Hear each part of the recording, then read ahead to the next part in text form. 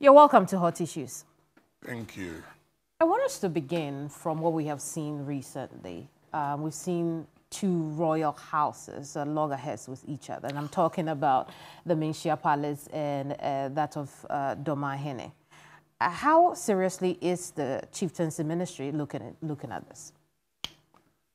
Well, thank you very much for the opportunity to come and talk to Ghanaians on what I'm doing or what the government is doing on the chieftaincy and religious front. I have a difficult job in the sense that chieftaincy concerns everybody in the sense of we all come from a community that there's a chief or there's a dukru or there's a mankralu or there's a ohene, whatever. But there are issues with how people get stewed or skinned. And so in the wisdom of the Ghanaian constitution, we guaranteed chieftaincy and also enacted an act, Act of Parliament, to guide all of us. And if you go by the act, which is Chieftaincy Act 208, 759, and look at the constitution, it should be simple for everybody to just be calm and peaceful and live together happily after. But there are emotions attached and people want to do things that are not right, but they keep on doing it. I'm trying to build a reason to the issue you raised. Absolutely. When this matter came to my knowledge, and because I knew the funeral taking place in Brekum, which is the Brekum Hene, I was originally supposed to be there, but I had to take another program, so I couldn't go. The Brekum Hene's funeral announcement was made in the presence of me with President, so we're all due to go there. So I was following it, and I picked a signal that the program was in danger of a clash between the Domahene and the Asante Hene. And so I did what I'm supposed to do, talk to both and find out what's going on. Because we know the public discourse. Right. So I did my best to. So what did you find out from both sides of the issue? Well, the program was drawn by Brekum Traditional Council as to how they buried their chief, and the program was such that the regional House of Chiefs and their presidents were meant to be there on the Wednesday. And the Thursday was dedicated to Otumfo, the Asante Hene. But I picked a signal that the Domahene wanted to go on the Thursday. And so I know him very well. I've been to his house. I talked to almost all the chiefs in Ghana. So I called him and I pleaded with him that, look at the program. You're meant to be there on the Wednesday, not Thursday, because I know the public discourse will not be peaceful if you appear on the same day. So the Domahene crashed the event that day? Well, he had a reason for saying that it was the Wednesday he couldn't attend the funeral because it's Dabone, which is he doesn't have to go. But I explained to him that fortunately I didn't do the program. The program people put him on the Wednesday, so he must go and explain. And indeed, the Brekum Traditional Council engaged him through the chairman of the planning committee that it's Wednesday supposed to be here. Right. But I also advised that with the numbers he was going to come with, even if the Thursday was possible, which it wasn't, and the numbers that was also coming from Otumfo, it would be a clash. Was that injunction necessary? I don't know. As I said, I'm not a planning committee member. I'm not part of.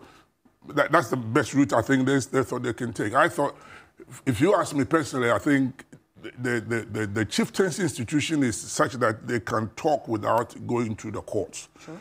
And I thought that would have been the best. But obviously, they thought it was so serious that they had to take an injunction. Because he could have decided to go whether he was invited or not. But the injunction may have to have come in, and that's what they did. What we saw during that funeral is the most public we have seen of the disagreement between the Domahene and the Asante Hene, which means that the problem has persisted before then. Yeah. What exactly is going on?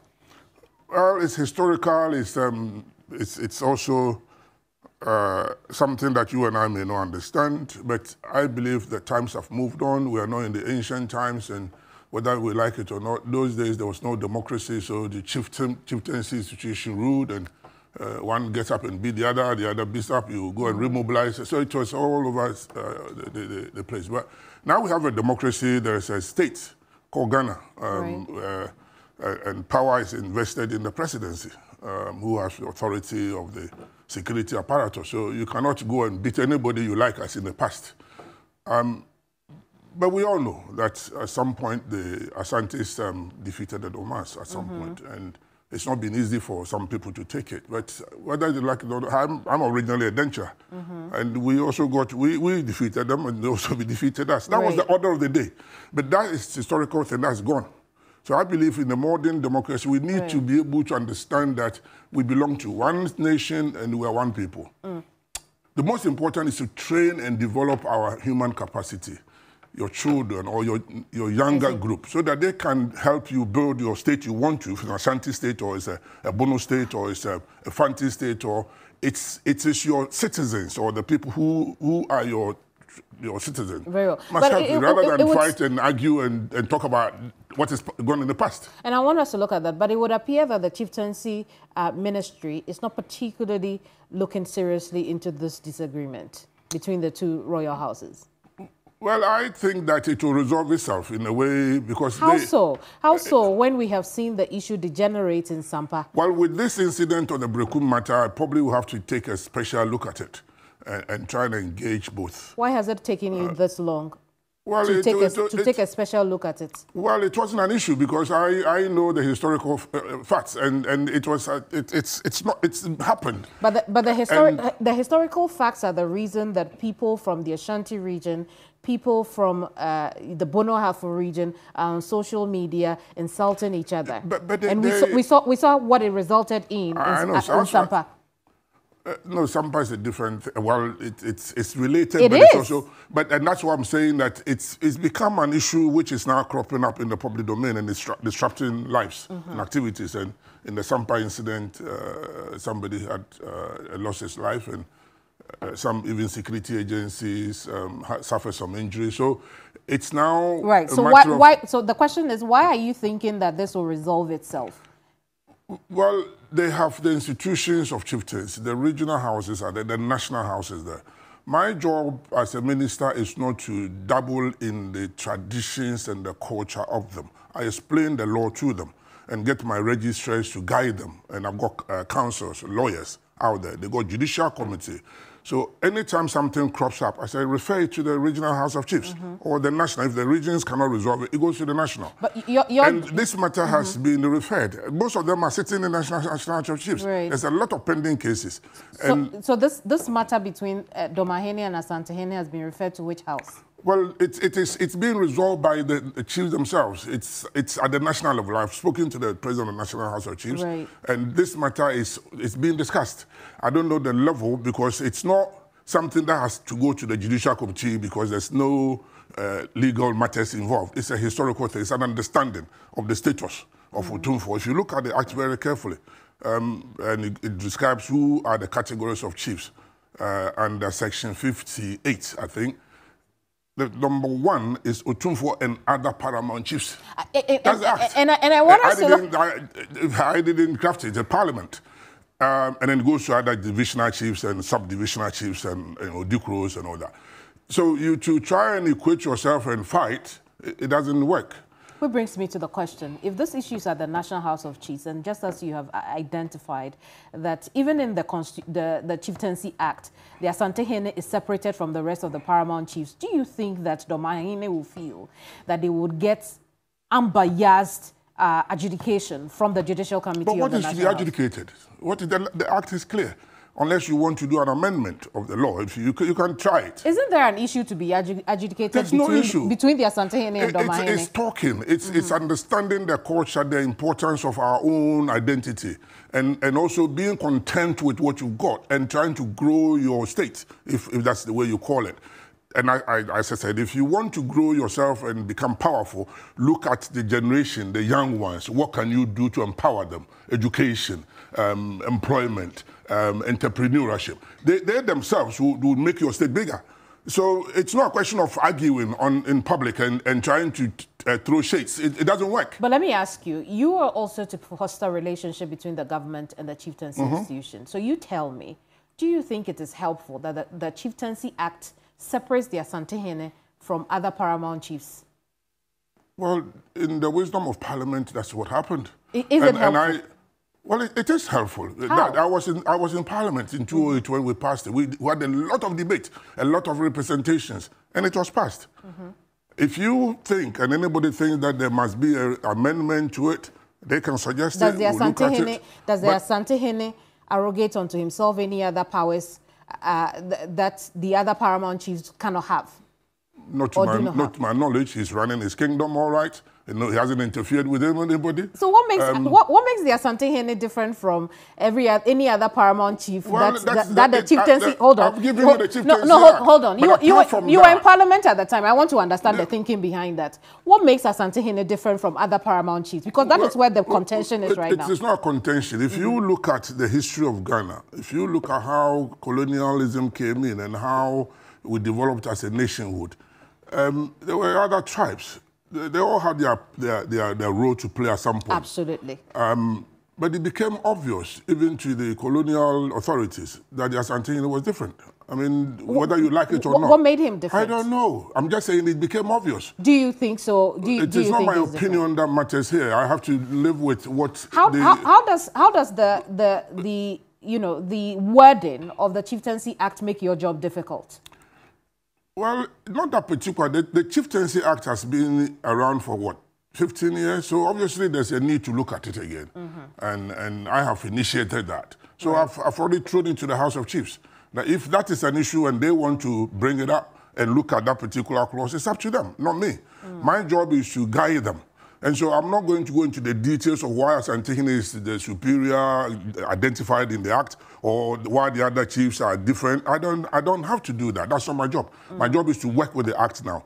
But behind the scenes, I would encourage them to talk and dialogue. And there are roles that they can play. Let them come up with it. Then the Act will take care of it. But that's not me to try and change it as a person, as a minister. That's not my job. And is there any interest in wanting to amend the Chieftaincy Act? Oh, yes, I've started. I've set up a committee. We've done the consultation, and it's now with the House of Chiefs. My information is that they would get it back to me, hopefully, by the end of this year. And then it goes to cabinet, it goes to parliament. So there's all process of discussion, even in parliament, when it goes to a committee in parliament, before it goes to the full house, and the amendment is effective. So there's opportunity for people more directly, because I know you're working on other allies to do with codification. So more directly, does the amendment you're proposing or the chiefs are proposing include the wording that separates Asantehene from other paramount chiefs? Not to my knowledge at the moment. As I said, I've thrown it to the House of Chiefs, and they would have to come back with those amendments. I don't have to suggest. Is it time we did that? It is. I wouldn't give you an answer today because it is not my job to interfere with customs. That's not my job. Politicians are not the best. Separating the Asantehene from other paramount chiefs is not custom. That is what the Chieftaincy Act... But the law at this moment, that's what it says. I understand that. So if there's a need to do that, let the chiefs also discuss it. Bring it to us, and the politicians, we will do our discussion in cabinet and in parliament. Then we go through the majority decision. That's what I am here to guide everybody I understand. The Chieftaincy Act is not a private member's bill, so it didn't come... Yes. Right. So what I'm saying is that it's not customs. It has nothing to do with the customs and traditions of the people. Yeah, I understand. This is what Parliament had discussed in 2008 and passed. So the opportunity is this. The opportunity... No, hang on. See where I'm going with it. Now that you occupy the office of Chieftaincy and Religious Affairs, you passed this in 2008. You see the problems it is creating right now. Is it time we took a second look at that wording in the Chieftaincy Act? I think in our discussion I've said the opportunity exists. So let all Ghanaians apply their minds. I want to hear from you. Is it time that we took a second look at that? We're taking a second look at the amendment of the Act. Of the entire... It includes a lot. In fact, apart from what you just mentioned and whether Asantehene must be different from the paramount chiefs, there are areas that has never been discussed, like queen mothers. although the Act takes care of Queen Mothers, because to become a chief, you must either, you are a chief or a Queen Mother. The Act takes care of it from your lineage and properly nominated and skinned or installed. So, but I noticed that the Queen Mothers sometimes don't play a significant role. So that's another subject that is also being discussed.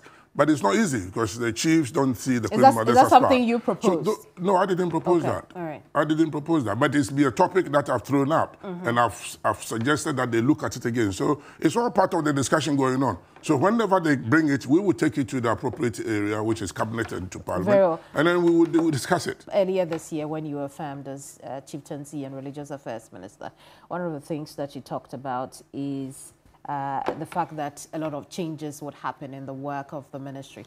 What has changed 10 months on? Well, what has changed is calmness on the front of the chieftaincy institution, apart from the isolated case of the Sampa, and of course this public display from the Brekum funeral thing.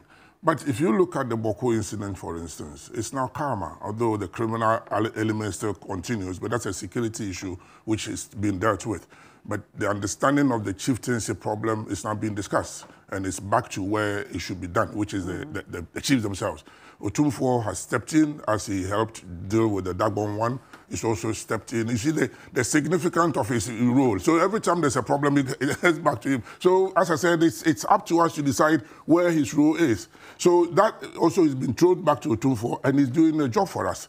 And so Boku is now much more calmer, although there are issues we need to deal with, especially the criminal element.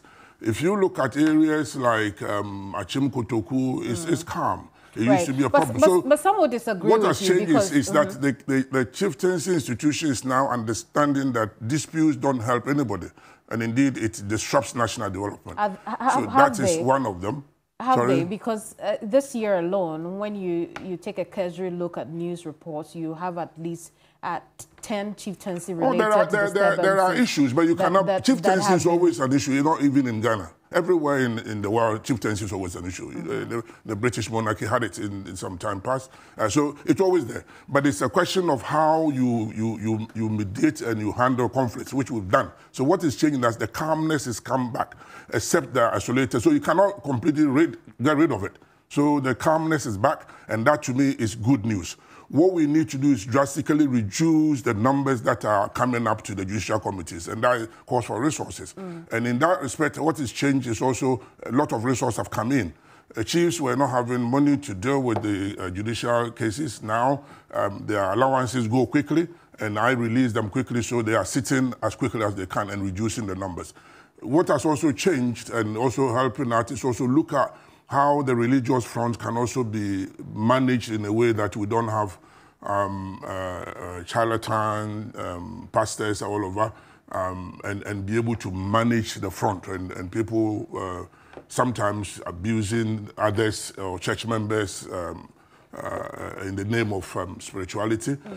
So there's a stakeholder consultation on religious policy, and we have almost completed that. That would also go to Cabinet and to Parliament. So what is changing is that we've taken a huge step towards that and calmed that area. We also engage in other discussion on succession planning, even on the religious front.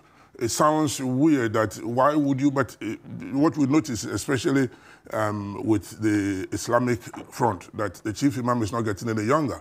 It's something we don't want to talk publicly, but we have to look at it. If it happens, what happens? What do we do? So those are areas that we're dealing with. And even the pastor's front, a young pastor will break away without a formality and then start something, there's a conflict. So those are areas that the whole policy of religion is taking care of. Let's try and understand the chieftaincy institution itself. Yep. Are they still relevant to us? How relevant are they?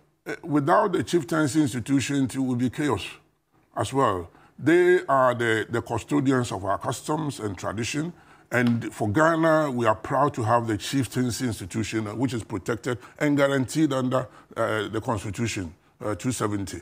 And so for me, if you travel outside the country, especially to areas like Angola, to even South Africa, and without the chiefs having a full control, and some of them are controlled by the government themselves, you see that there's a bit of chaos underground. But in this country, have the chiefs shown their relevance to the people? Because what we keep hearing on the ground is how some of them are, you know, not conducting themselves in the best of ways. It's because you're highlighting the negatives.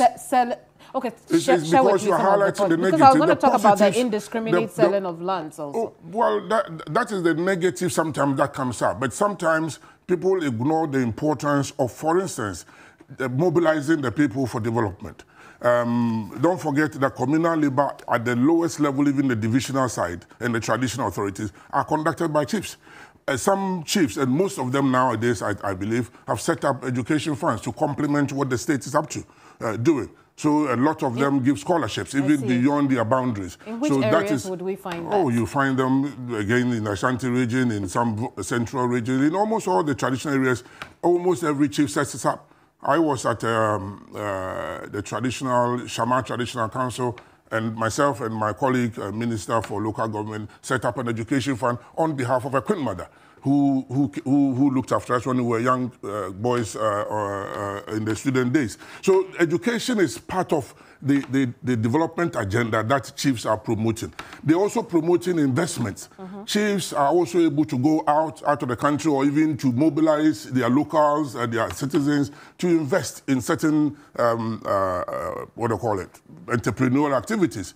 I can't be too... I see. Oh, there's a lot of chiefs. If you go to, like, let me give you an example of the Nana Joabeng, who has set up a business of oil palm plantation and processing. It is also giving employment to his citizens. So a lot of chiefs are doing all these things, which is positive. And the chiefs are also the custodians of our customs. Without a custom, we are nobody. If you lose your custom as a citizen, or your language, your value, and you want to take, then you are losing your identity. Are you with me? And the chiefs, that's custodians. So I want to talk about the places where there are conflicts. We all know that it impacts development. And we've seen retarded development in some of these areas. But I do want to find out from you, what is your ministry doing to ensure that the people of this area, the young people, the women, the children, you know, are not caught up in that retarded growth? Let's take Boko, for instance, where economic activities have slowed down. And that's why we have taken our time to resolve the Boko matter and put it where it should be resolved, the chiefs. But for me, is to make sure that the security aspects also handled very well, because that's also the reason why most businesses are moving out. And so far, we've tackled it. If you hear, even what's happening in Boko is isolated incidents, and we are on top of that. I can tell you the commercial activity is almost not back to full, but it's operating. What we need to do is create the normal local markets where a lot of activities take place. Why haven't you done that? It's because of the same, where do you cite it? Is it the Kusasi area or the Mampusi area? But that's also been discussed. And so that would then be the next level of activity that brings commercial life into Boko, for instance. What I'm driving at is whether or not there is any space in your budget or allocation in your budget for recovery for residents in these conflict-ridden areas? No, really. That is not the ministry's responsibility in terms of recovery. What we need to do, the national cake is there.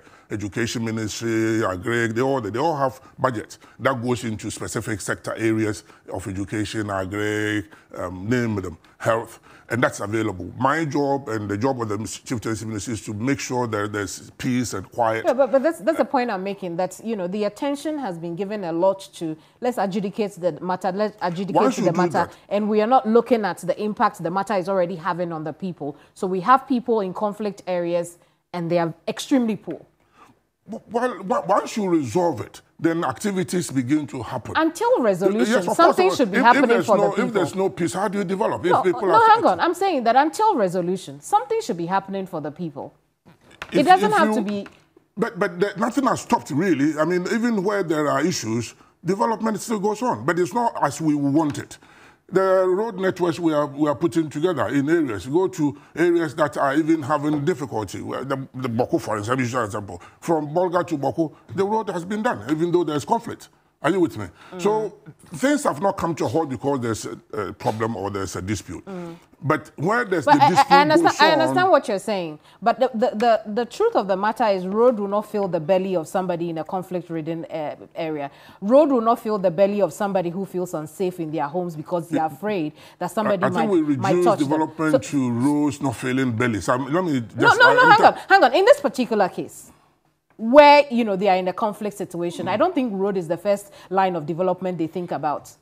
Yeah, but as I said, the state sector ministries are already there. Health matters are being dealt with. So that is not road. Agric is being done. That is not road. And are you telling me people don't get fed? They get fed. They find food. They are farmers. Our job, even security, is to protect them. So even the security angle and my ministries working with national security is to make sure that people have their own peace to develop themselves. It's not something that we should go there and say, okay, because road is not directly affecting your food, we are going to plant something for you. You have to do it yourself. But we need to make sure that there's peace and the security is tight. So it doesn't mean there's an issue there, there's no development completely. But we want it faster. So peace comes in, then development moves faster. That's what it is. So it's not a question of because of the conflict areas, nothing goes on. A lot of things goes on. But we want the whole place to be peaceful. Without peace, it's difficult. Very well. I do want us to look at some of the reasons that have been ascribed to why we are seeing what we see in some of these conflict areas. Succession is one of those things. And for 20 years, we've been working on a codification law to be able to streamline succession. Why haven't we been able to put it together till now? Well, it's lack of resources as well. I mean, the codification of lines of succession is an assignment given by law to the National House of Chiefs. And my job is to assist them. And mostly it's resources. You need the researchers to go out there to identify who are the royals and who succeeds who and what. So we can codify it. As I speak to you now, of the over 343 traditional areas, just about under 20 have done them. And it's lack of resources. And we need to find... Even now, the problem is lack of resources? It's resources. I mean, you need people to go in there because everybody wants to claim something. You need to go and establish it. And you need researchers. You need the resource for people to move in. So it is something that is in my budget, which we want to push more money there. I want to be clear about the resource. Are you referring to money It's money from the state. Money from the state. But your ministry is one of those that has received quite... Not really. If you look your at budget has always been released. In 2020, before you came to office. It's released, but you look at the quantum that we get. So we've been arguing our case to the Ministry of Finance. You want more money? And yes, not me, but we need more money to do that. How much was released to you this year? Well, last year we had about, I think, 40-something million. And this year we advocated for more than that, in fact, about 400 million. And they're looking at what for. And of course, I'm thinking same. What for? What do you need 400 million? But that is one area I'm looking at. Even the codification alone would take out about almost 25 million. What would you use that money for? 25? But how do you not understand what goes into research? I want to understand. You need to get people onto the field. You don't pay them? So how many people would well, I can't give you the number. That's you've got to have pedantic. But you need to do research, and you pay people. I see. You also need to find the right system in terms of computerization to codify properly. So it's not written or documented by paperwork. And no, you call for computers.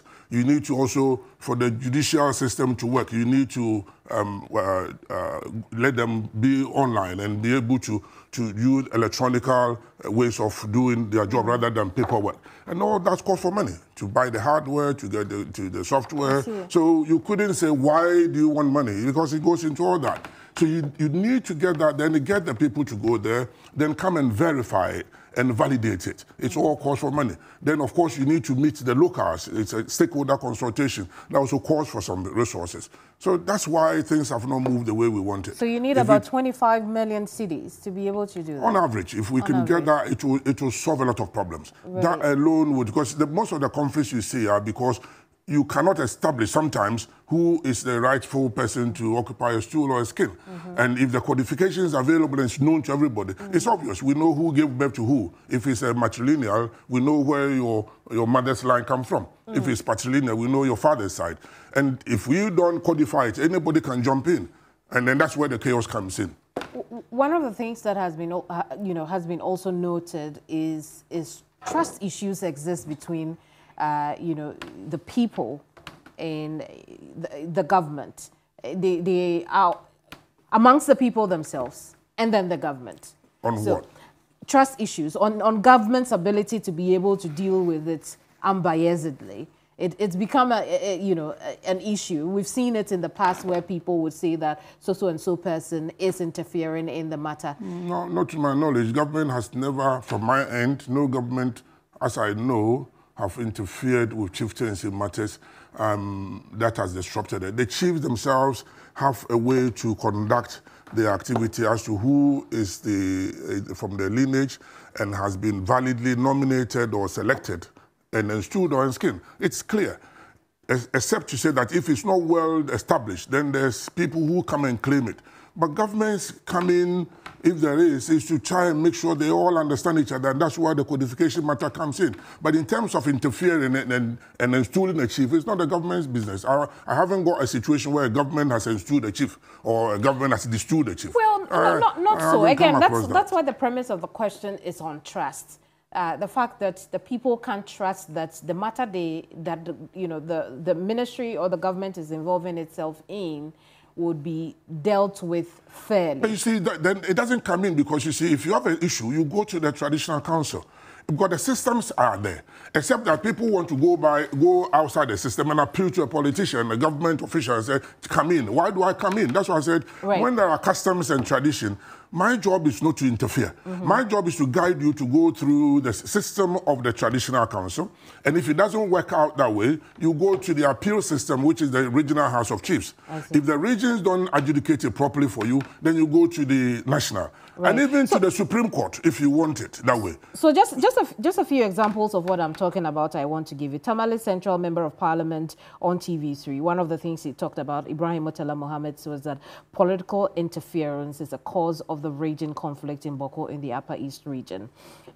We also know that in the past, February 15th, 2023, the government condemned developments in Naleregu concerning the purported enskinment of a new Boko Naba, calling it illegal and a threat to national security. The Information Ministry released a statement to that effect. It may have been in good faith for the ministry to have done that, but it constitutes interference to the matter, doesn't it? No, it doesn't. The government is there to ensure peace prevails everywhere. So when there is an established Boko Naba, recognized by law and by the House of Chiefs themselves, and who is a member of the Regional House of Chiefs of Upper East, and you go and install another Boko Naba in Naleregu, of course it creates chaos. And government cannot sit there and allow such chaos to happen. So when the ministry issues a statement, that's not interference. It's telling you that the law doesn't allow you to do that. Could that have been more appropriate if it came from the National House of Chiefs? But the National House of Chiefs dealt with it severally. It didn't work.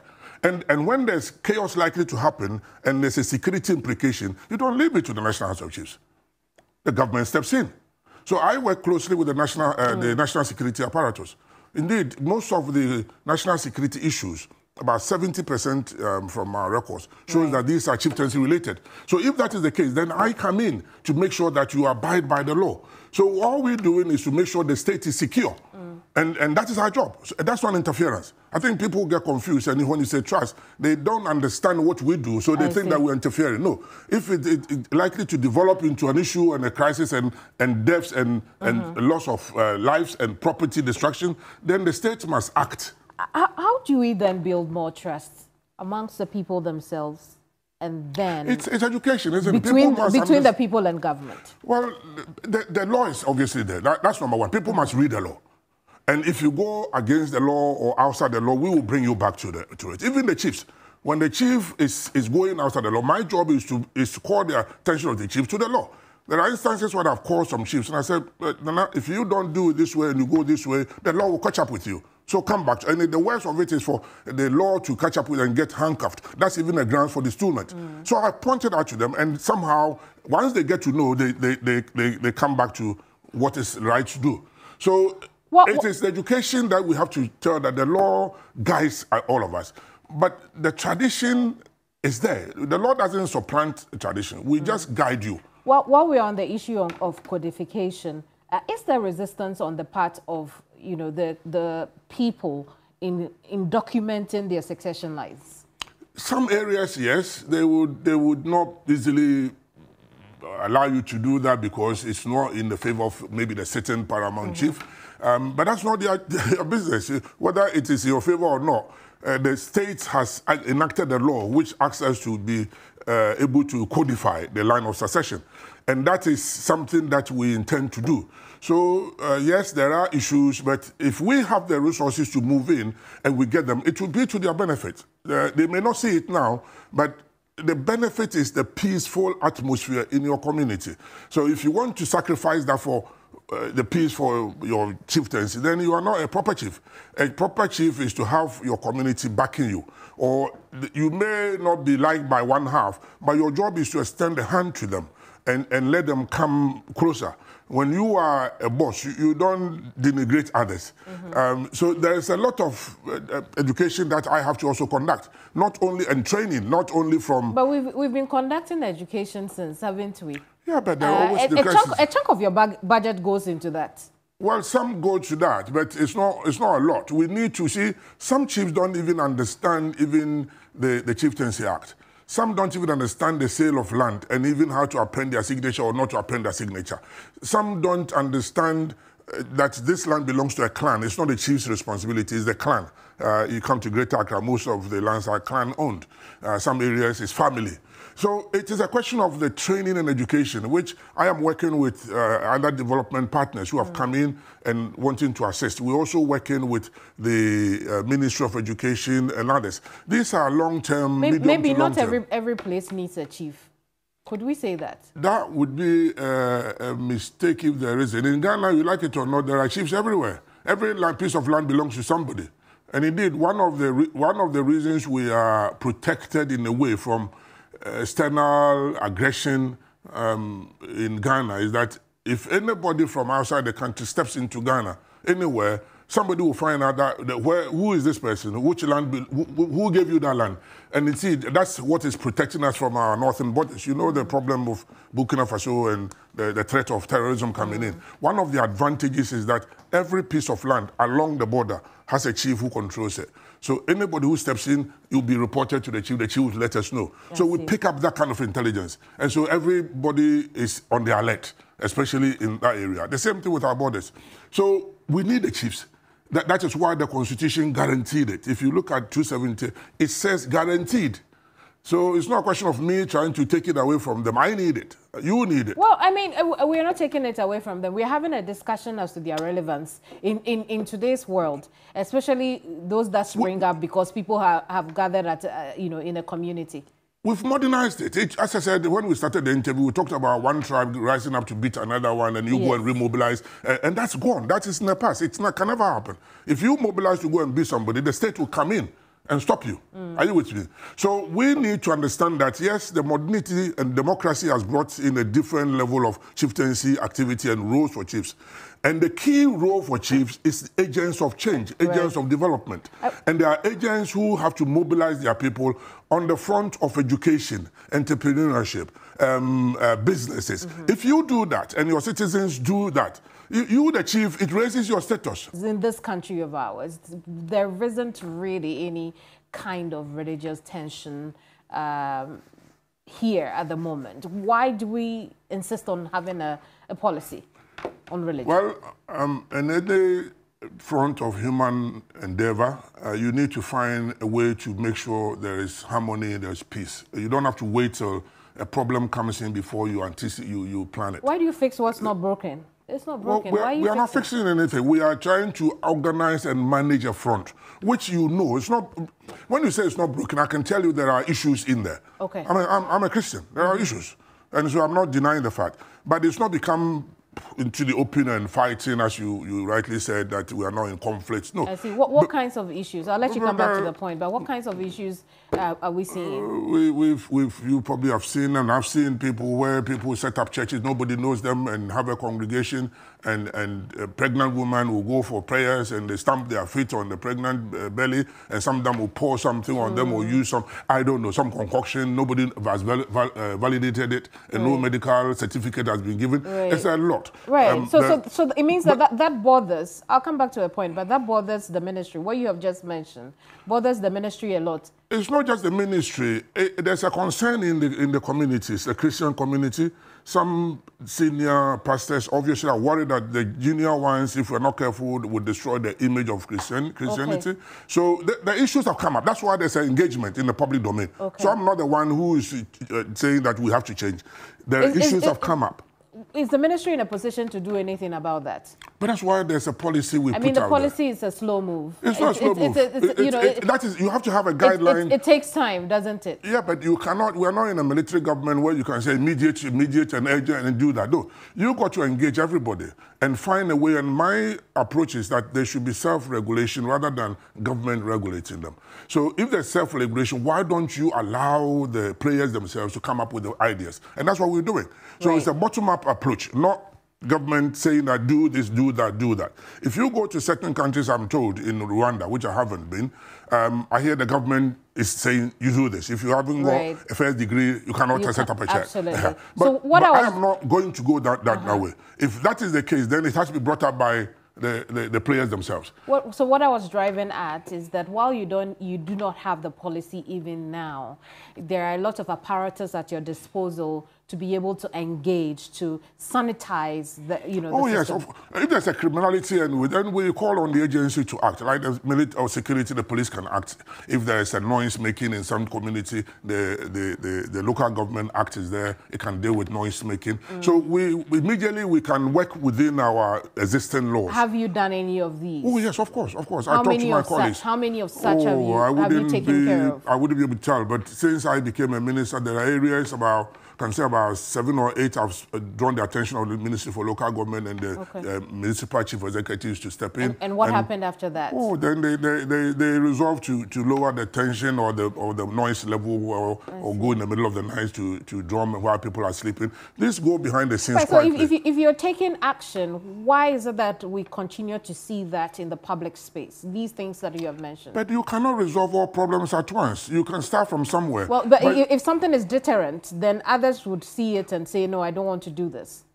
Well, that should be the case, but not necessarily. There are people who are the recalcitrant. They all do it.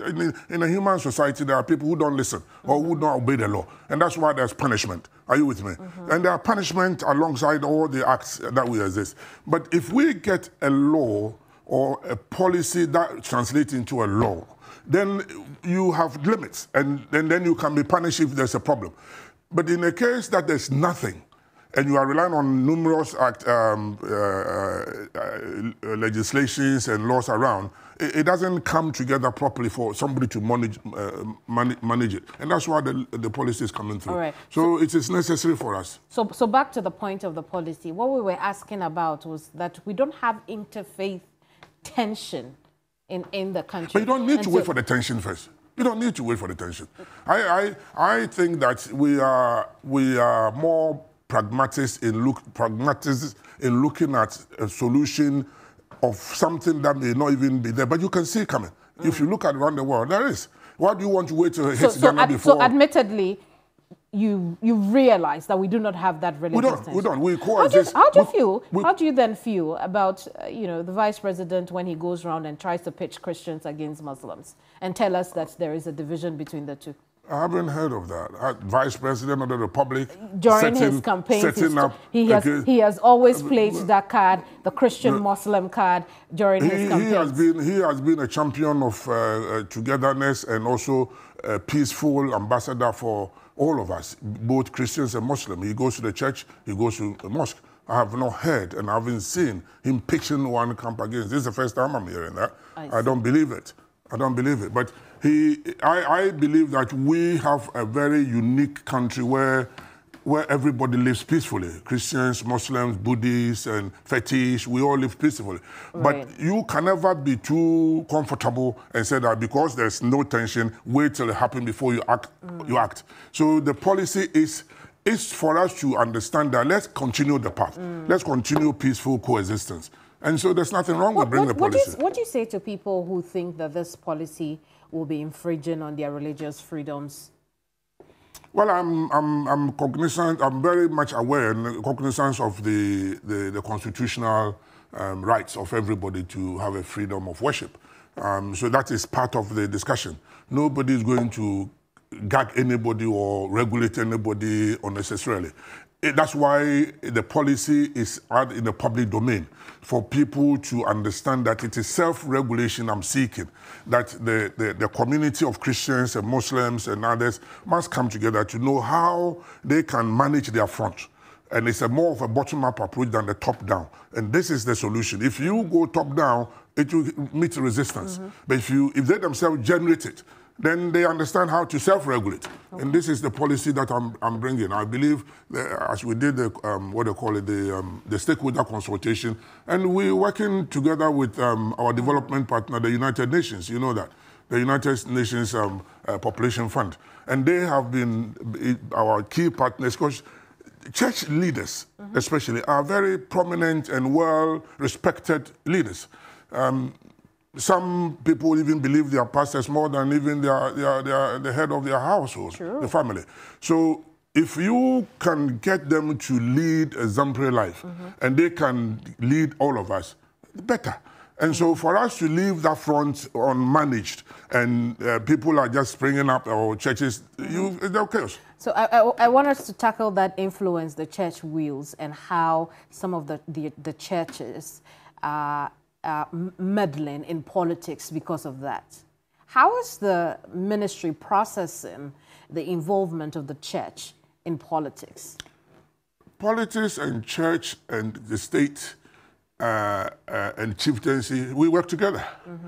When people say you are interfering, or the religious people are interfering in politics, you know what I'm driving at. We have seen 31st night how prophecies are told about who will win and who can be president or who will lose. Yes, I mean, how is the ministry processing that? I have been talking to some of the pastors on how they deviate from the doctrine. And some understand, and they conform, or they do what the Bible... Have they? Oh, I know. I wouldn't name names here, but I've been engaged in a lot of them. The only time they conformed was when the IGP threatened to arrest them. Not really. There would have been more. Since I came in, I am almost in every church. I mean, I'm talking, I'm a Christian. I pick up a phone and call. Some of the chieftaincy disputes that you don't hear about is because I'm talking to the participants and calming them down. The fact that a minister of state has called them alone shows that they are recognized and we are watching them. So they sort of conform. So there's a lot we are doing on the front. But I have not seen church members interfere in the politics. They are part of the society. Pastors and imams, they are part of the society. If something is going wrong in government, in the state, they have a right to comment. But you are zooming in, and that's why I got your point about prophecies. That is something I cannot say right or wrong, because prophecies are divine. Whether they have seen God or they have heard, I don't know. Are we going to see some 31st night? I mean, you've been engaging some of them. We've been talking to them to listen to the voice of the Holy Spirit, those who do that. If you are not driven by the Holy Spirit and you prophesy, I don't know, then you are using your human capacity to maybe cause chaos or fear. They are human beings. We talk to them, some understand. There are those who would not understand. That's where the IGP, for instance, came in. So they must understand that they have to conform to a state rules and regulation. They cannot just operate because you're a pastor on your own. Based on the work that you have done so far, how sanitized do you think 31st night will be from politics? You mean the coming 31st? Yes. Oh, I hope it will be calmer than it used to be. Prophecies which are not really based on true divine intervention. But if it is, it's not me. It is not Asamoah Boateng's job to tell you this is from God or not. Are you with me? There are pastors who know themselves. I won't name them, but they will be spoken to. I am, especially getting to the end of the year, which you've raised the subject, I'll be talking to some of them and calm them down. So, but if the Spirit asks them to do it, who am I to say they are not right? So it's a dodge. Divine matters and spirituality is difficult. It can be emotional. And it can be driven without you noticing what it is. You can be taken over by the Spirit today. You can never tell. But how do I do that? My job is you don't interfere with somebody's life. You don't cause harm. You don't cause fear. Because the state has to protect everybody. So we would talk to them, keep talking to them. I see. That's what we can do. I see. You seem very interested in religious coexistence. So tell me why your ministry is spending a lot of money to develop Christian heritages. What about Islamic heritages in the country? Oh, it's part of it. I mean, it is. But your document only says Christian heritage. Oh, is it? Yes. I haven't looked at the missing link of the Muslim one. It should be. Okay. Because there are Muslim heritages that we can also identify. Which ones are you looking at? Laribanga, for instance, palace in Damongo. It's a very nice.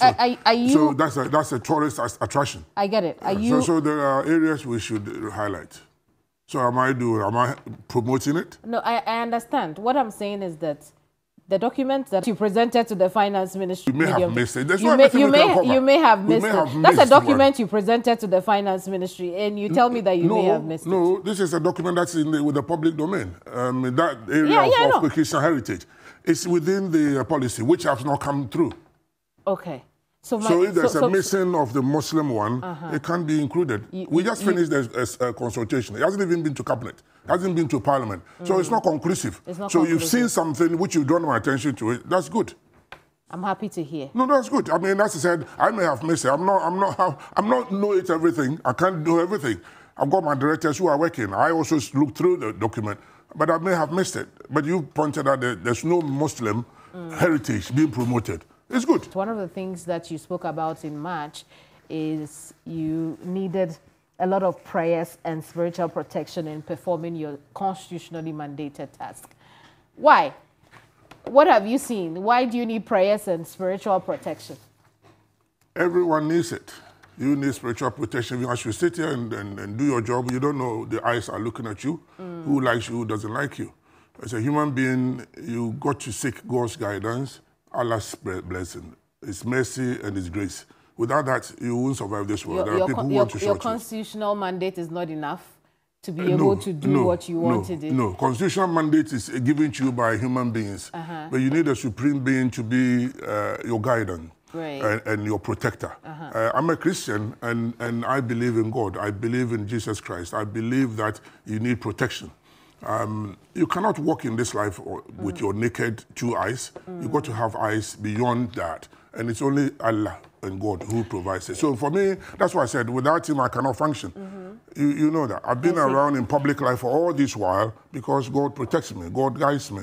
I started my political life when I was 18 years. If I'm still around at 65, I'm not doing it by my own authority. Congratulations for such a long political But I've been in. And seen military administrations. I've seen wars. I've seen, well, not wars, I've seen chaos in Ghana before. And we've come out with the Fourth Republican Constitution. And so I have seen it all in my life. And it's because God is with me. I believe it. And because of that experience, I want to pick your 2 cents on the choice of a vice president, running mate, sorry. I want to pick your thoughts on the choice of a running mate for the NPP, your party. Some names have come up already. It's the prerogative of the flag bearer who, at the recent National Council meeting, asked for more time to consult. Yes, but what do you think about the top 3 names that we've seen already? I haven't even been. I'll tell you. Osei Sabosu, the majority leader. Jose Wusu, first deputy speaker.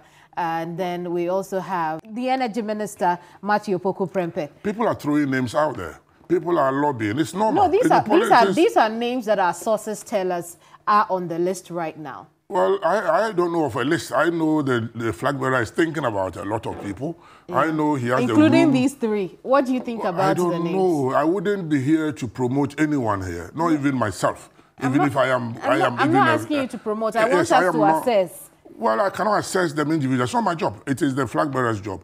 But you are an experienced politician, experienced member of the party. I would give him counsel on the quiet. I meet him almost every time. I mean, I can walk into his house and I can send the messages.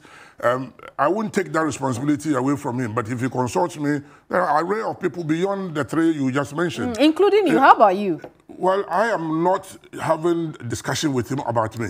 If he wants to discuss that with me, we would engage. But for me, he has a role to play. He has a job to select a candidate. I have seen the politics. I know where Ghana has come from and where it's going. And I understand the MPP as well as most of the party people. But as I sit here now, I don't know his thinking about names. But I want to know. I want to know your thinking.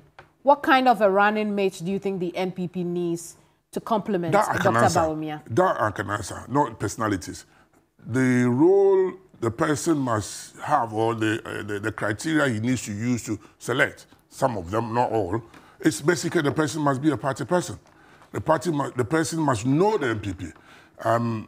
If you don't, you cannot mobilize the people behind you. And the person must also have the grassroots support. When you are a flag bearer, you are the leader, you are almost at the top there. You need a running mate or a vice presidential candidate who rolls their sleeves down and be able to go down. Right. So that's one of them. Then you need a Christian, or because of the Muslim angle where he's coming from, you need a Christian.